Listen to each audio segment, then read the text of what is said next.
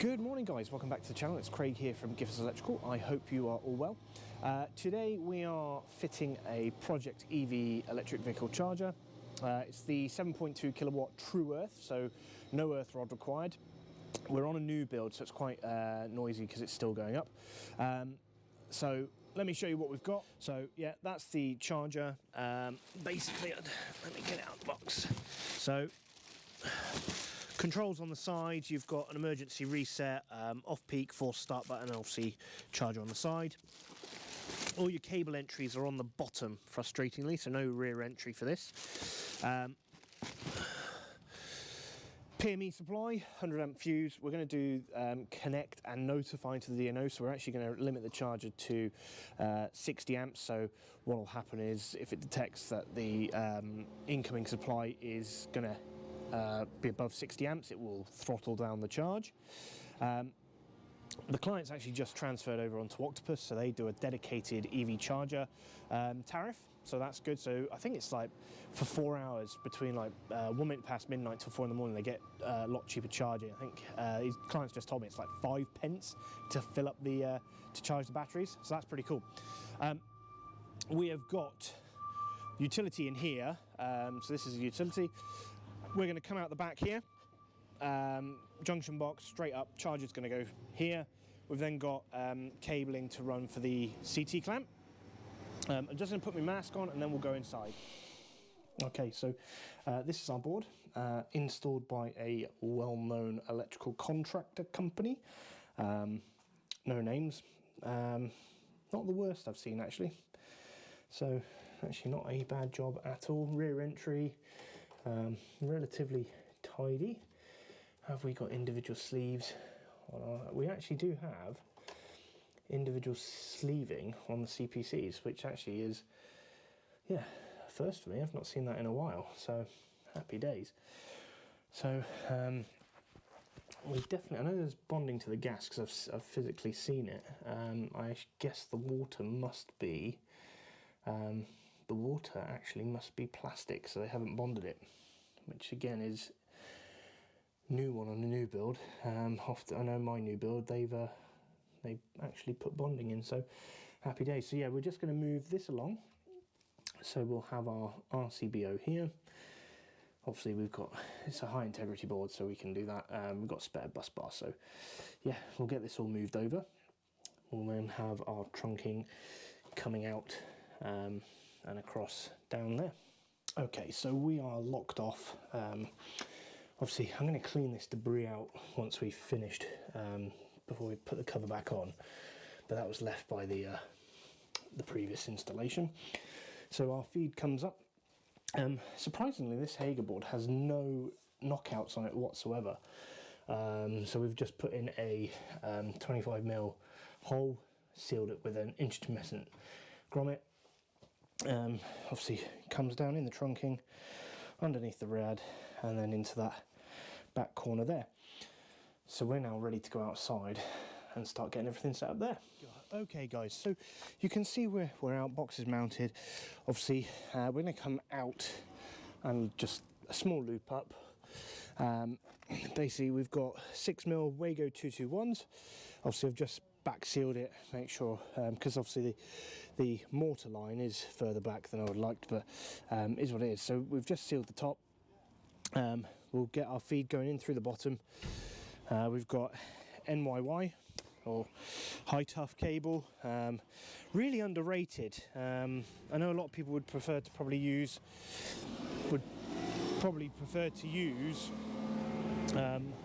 armored cable, but we're clip direct. There's very little risk to the cable being clip direct to the wall. See, it's in plain sight. So we'll mount our charger next. We're going to then obviously make our connections off. We'll then do our testing, do our dead tests, and then we'll connect it all up, do our live tests. Right, so we're main cables in, our main feed in. We've still got to do the CT cable. I've got some more NYY coming. I forgot to order some, so we're going to go with 1mm or 1.5 NYY, run it along the bottom, and then we'll go up where the CT clamp is. Now, The only issue I have at the moment with these units is that a very tiny space to work on. Obviously, at least with the Myenergi stuff, you've got plenty of space to work on because the whole front comes off. It's literally just that little section there, so it's a bit tight. These connectors actually come off. These, by all accounts, do not. No, they seem to be fixed in place. So yeah, going to be tight getting those in. But yeah, just use a bit of the brick dust just to blend in the mastic. We'll obviously give it a sweep up afterwards. But I'm going to go in now. I'm going to do my continuity, and then I'll do my IR, and we'll get that done. Okay, so my test equipment is the Q-Tech KT65DL. Brilliant little tester. What I'm going to do the tests outside, just so it's easier to do, because obviously I can put the camera down. So what we've got, we're going to do, I haven't linked up yet inside the property, so I'll do that. But the first thing I'm going to do is we're going to do insulation resistance, okay? We're going to do it at 500 volts because we know there's actually nothing connected to this cable, but we will still, let me get these up. And so we're going to do line and neutral, okay? So line and neutral, 500 volts, greater than 999, which it is. We're then going to do line and CPC, 500 volts, greater than 999. And then we'll do neutral to CPC. So there you go. Just so you can see, we've got the neutral to CPC there, all right? Greater than 999. So that's fine. We know that everything, we know that the cable, there's currently no issue with the cabling. Flick it onto continuity. And the first thing we're going to do for continuity is null the leads. So if I pop you down, there we go. Right, so literally to null my leads, I'm going to pop them together like so. Okay, and then on this one it's pretty straightforward. You press the button, get a reading, and then you just press the null off, and that's now got a tick next to it, and my leads are registering 0. So I'll quickly nip into the house and I will go and link out. So we're going to link out line and neutral, and we'll get our R1 RN, and then I'll do line and CPC to get our R1 and R2. Okay, so our leads are all nulled out. We've linked off in the utility.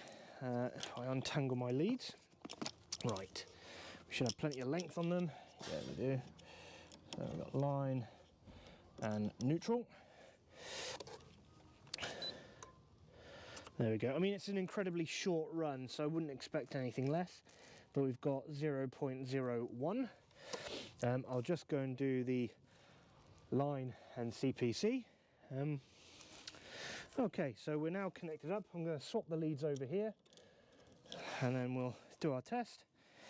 And we have 0.03. So yeah, I'm happy with that. Okay, so when you first configure these, basically you plug in the unit, you have to then connect via Ethernet lead, and you basically have to configure it. So the IP, you put in a static IP address, whatever you want, 192.168.1.10 in this case for me, and the charger's IP address is always .1.5. And then you basically input the SSID of the Wi-Fi, the Wi-Fi key, etc. And then what we have here, this is our power distribution. So we want to enable that. Our max power limit in kilowatts is 13. So that would basically just bring it under the 60 amps, so we can install it without actually having to we do connect and notify. External power sampling wiring is via the CT clamp. We don't have a meter, and basically you just set that. And that's literally the configuration, really. You do have one other mode, so default is just plug and charge. So you plug it in and it detects the car and charges it. In this case, we're going to set it to app, and then basically the client then sets up the app, and away we go. So what will happen is that will reboot. The charge point at some point will reboot and beep. So we've all tested out fine. So I'm going to disconnect this now, and we should hopefully be able to get a working connection to the Wi-Fi and the app. If it doesn't work, then effectively all we have to do is we'd have to run an Ethernet cable. Now what I've done is the CT clamp is connected to some 1mm, 1.5mm NYY, so it goes up, and then I'm going to just put a little whisker box in there, and that'll just contain the two joins. But yeah, that's where we're at. So guys, I will catch you in a little bit. Okay guys, charger's in. We've had a little bit of a hiccup with the Wi-Fi, but so we've got it on just plug and go at the moment, because although we can get Wi-Fi out here, it won't connect to the Wi-Fi. We've tried a hotspot, won't connect to the hotspot. Tried resetting it, doesn't do anything. So I've got to go back to Project EV and find out what's going on. But basically that's our charger, comes down, obviously whisker box, and then 6mm back to the board, you've seen that. And then we've got our NYY going to with our CT clamp. So yeah, I'm going to head home. I'll be back with these guys next week, because it's Friday now, once we've got some more information from Project EV. But yeah, it's not a Myenergi Zappi. It's okay. Bit tight on the connection points, but you know, it works, and that's the key thing. So guys, have a wicked day, and I will speak to you soon. Guys, so just an update regarding the Project EV charger. It's all done and dusted. We had to do a second visit because we had to sort out the Wi-Fi. And one of the things I found is, obviously it was my first charger I was installing for Project EV. I went through the instruction booklet, and it mentions nothing about the app in terms of setting up the unit through the app. So I was setting it up through the laptop, and basically that's the downfall. You basically set it up through the app. And when you set it up through the app, you log into the hotspot and you basically change the Wi-Fi name. But the Wi-Fi name through the app can only be a maximum of 16 characters. Whereas if you change it on the via the web interface, it can be up to 32, it says. It clearly isn't, it has to be 16. So we had to change the client's Wi-Fi name and password again, just to, because he's got one of those new BT Halo hubs, which are just absolute rubbish. Anyway, we changed it, we got it up and running, and yeah, it's working.